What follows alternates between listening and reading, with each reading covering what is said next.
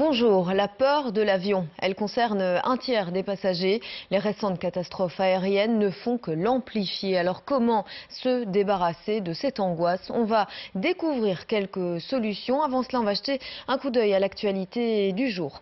Et on commence par ces orages qui ont frappé pendant la nuit. La région de Charleroi est parmi les plus touchées.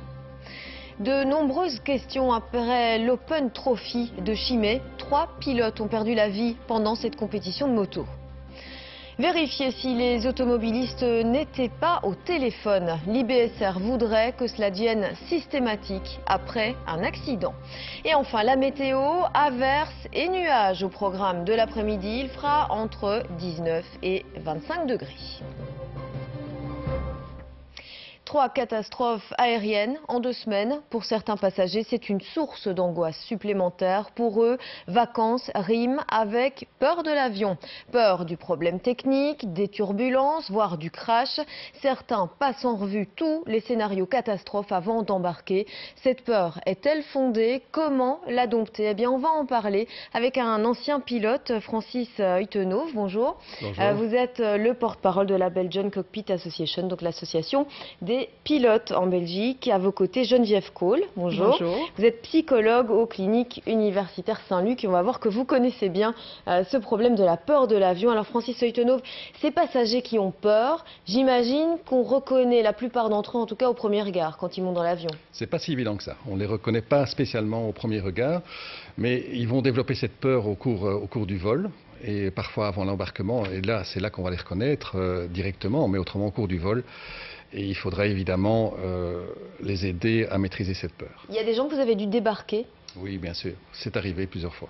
Qu'est-ce qu'ils disent à ce moment-là? Est-ce que ce sont eux qui vous demandent de les débarquer ou bien est-ce que ce sont les hôtesses qui vraiment prennent c'est nous qui prenons l'initiative, c'est pas eux qui le demandent. On prend l'initiative parce qu'ils deviennent incontrôlables et donc il faut absolument les débarquer avant le vol.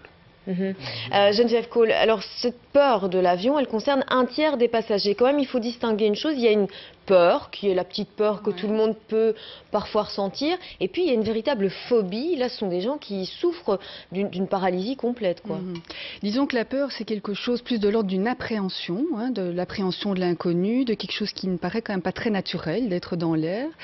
Tandis que la phobie, là, il va y avoir tous des mécanismes d'évitement. Donc il y a toute une série des patients qu'on rencontre qui ne prendront jamais l'avion, et d'autres qui vont le prendre, mais au prix d'une souffrance vraiment terrible.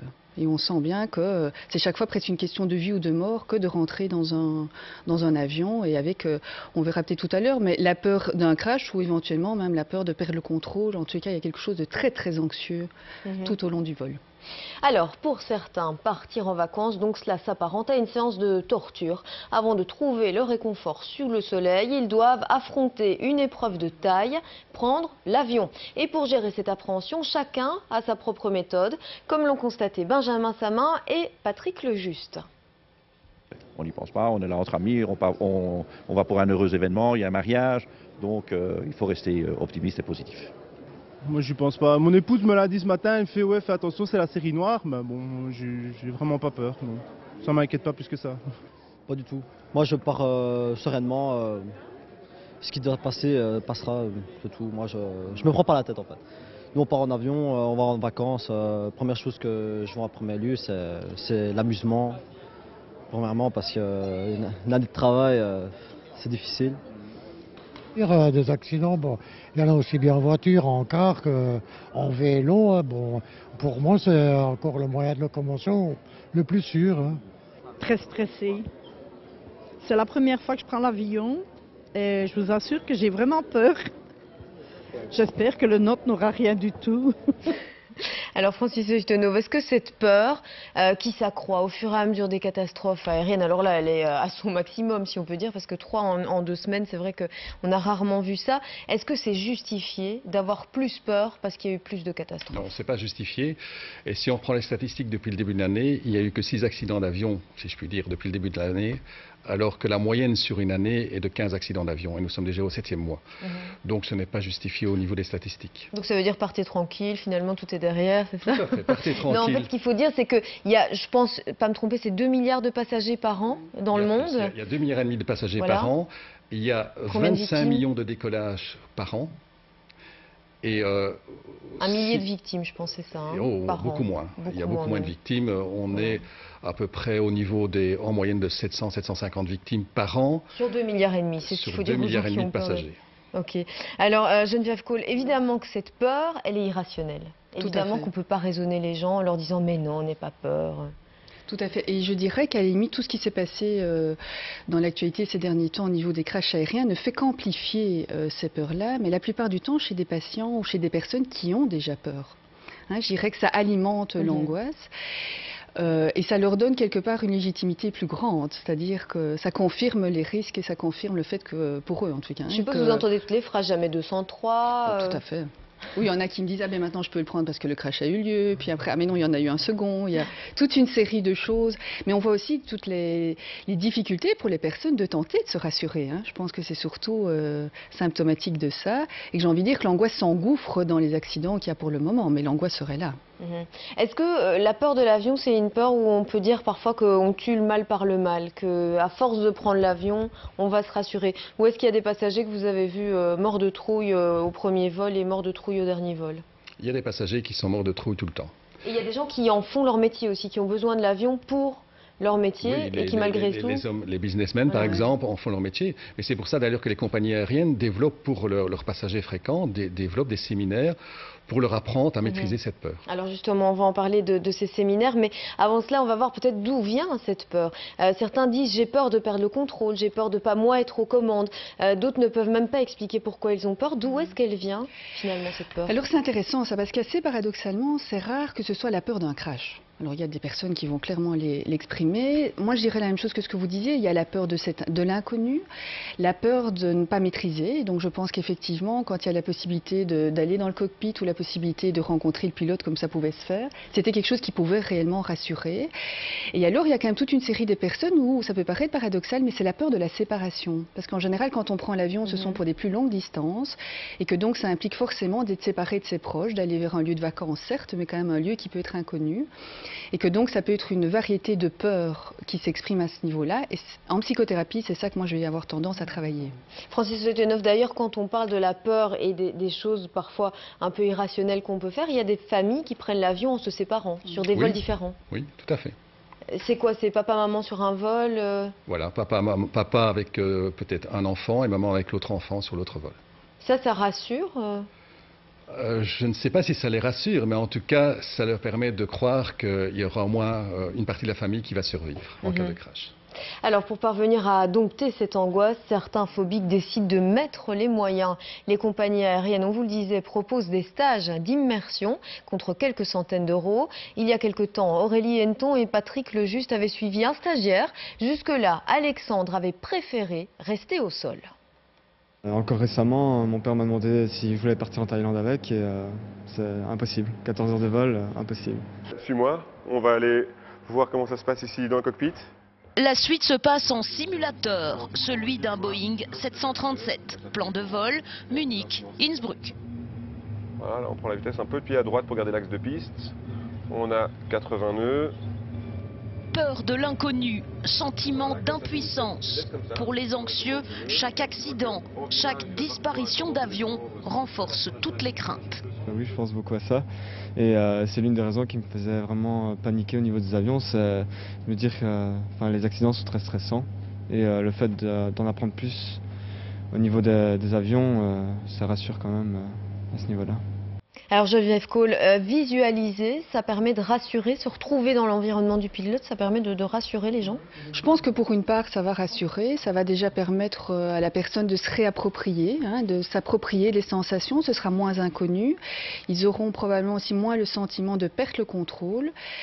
Maintenant, je pense qu'il y a des patients ou des personnes pour qui ça va vraiment rester un vrai souci. Et si on parlait tout à l'heure, par exemple, des angoisses de séparation, je pense que ces personnes-là, ça les aidera à court terme. Donc cette formation, elle peut être utile pour une partie des personnes. Est-ce que vous conseillez d'aller peut-être voir un psychologue ou quelqu'un de spécialisé? Parce qu'il y a vraiment des gens qui, comme vous, en font l'essentiel de leur carrière. Est-ce que c'est mieux d'aller voir d'abord quelqu'un pour mettre à jour vraiment l'origine de cette angoisse? Je pense que pour être traité à plus long terme, c'est ce qui aide le plus. Maintenant, c'est vraiment la question là de pouvoir travailler ce qui se passe pour le patient. Moi, je dirais que ce qui fait la nécessité d'une consultation ou pas, c'est s'il y a un évitement. Donc, si vraiment la personne s'empêche de prendre l'avion, que ce soit à un niveau professionnel ou à un niveau privé, là, je pense que c'est quand même intéressant de consulter et de pouvoir travailler ça. Francis Oytenov, il y a pas mal de choses aussi qui sont impossibles à expliquer, même si on prend quelqu'un dans un cockpit.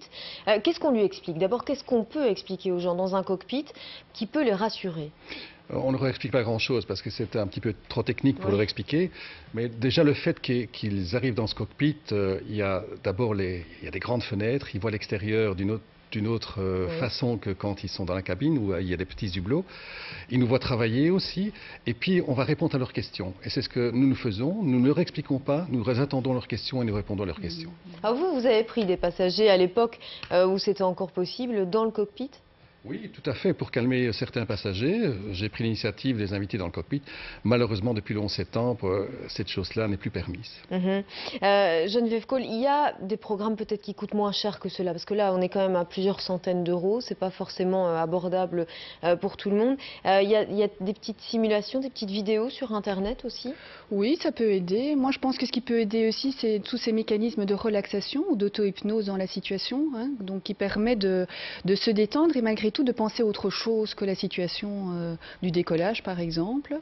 Quand on parle d'auto-hypnose, peut-être on va préciser pour les gens qui n'en ont jamais fait, qui n'ont jamais eu de contact avec ça, c'est un état de conscience mais qui est modifié. Ça n'est pas un état d'inconscience. On n'est pas en état d'hypnose comme ce qu'on voit dans les films. Non, c'est un état de conscience effectivement modifié et qui permet tout simplement de s'extraire de la situation dans laquelle on est. Donc, on se relaxe. On se relaxe et on est un petit peu, on peut penser à autre chose, où on a le sentiment d'être ailleurs que l'endroit là où on a tellement peur. Ça, on peut y arriver après quelques séances ou oui, on peut se ça c'est possible. Oui, Est-ce qu'on peut se dire, par exemple, je pars en vacances dans 2 semaines, panique totale? 2 semaines peut-être pas, mais quelques mois avant, oui. Bon, d'ici là, alors il faut peut-être prendre des calmants, c'est ça? Oui, mais ça peut être effectivement une solution à court terme, c'est de prendre des anxiolytiques qui permettent quand même de rendre le vol plus confortable. Puisque tout ce qui est psychothérapie, de toute manière, prendra plus de temps. Donc si on veut être dans du court terme, il faut soit de la relaxation, soit une médication. Francis Oytenov, qu'est-ce qu'on peut donner comme conseil à ces passagers finalement, voilà, qui n'ont peut-être pas encore eu le temps ni de faire le stage, ni de faire la psychothérapie, ni autre? Qu'est-ce qu'on peut leur donner comme conseil avant de prendre l'avion? En tant qu'ancien pilote, qu'est-ce que vous diriez? Peut-être d'aller voir les statistiques, les comparer avec les autres moyens de transport. C'est 25 fois plus sûr l'avion que les autres, c'est ça? Certainement, que la voiture. Peut-être 25 fois si pas plus. Moi je dirais 400 fois plus sûr, ça dépend de comment on prend les statistiques. Mais en tout cas, elles sont là pour prouver que l'avion est le moyen de transport le plus sûr au monde. D'accord. Merci à tous les deux. Puis bonne chance si vous prenez l'avion et que vous avez peur. Tout va très bien se passer. On va retrouver Audrey Lenens avec qui ça va bien se passer aujourd'hui aussi. Bonjour Audrey. Alors, pluie, nuages quand même, qui sont de retour. Ils vont prendre leur quartier pour la Belgique, mais ça va pas trop durer. Non, ça va pas trop durer. C'est vrai qu'on a eu un week-end en demi-teinte. Et puis pour aujourd'hui, la plupart des régions se sont réveillées sous les nuages avec pas mal de pluie. Il y a quand même eu quelques éclaircies ce matin. Mais malheureusement, pour cet après-midi, tout le monde sera logé à la même enseigne avec toujours ces nuages, mais aussi ce risque d'averses orageuses. Donc parfois, pas mal de pluie en relativement peu de temps. Et puis les températures qui sont relativement fraîches puisqu'on dépasse rarement les 20 degrés, 19 pour Ostende, pour Namur ou encore Charleroi, 21 sur Bruxelles et 20 degrés à Liège. Effectivement, demain, on aura encore beaucoup de nuages. Le risque d'averses orageuses ne sera pas nul puisque, essentiellement cette fois sur le sud du Sion-Sambre-et-Meuse, on risque encore d'avoir ces coups de tonnerre plus ou moins importants. En tout cas, la situation reste il faut vraiment faire attention encore à cette situation pour cet après-midi et également encore donc pour demain. À partir de mercredi, c'est vrai que c'est le retour du soleil. Et de bonnes nouvelles. Donc merci beaucoup Audrey. Alors on se retrouve demain à 12h40. On parlera des GSM. Avez-vous entendu cette nouvelle proposition? Surveiller les GSM après les accidents car ils sont souvent responsables des collisions. Tout de suite Luc Gilson pour l'information, pour le journal de 13h. Bel après-midi.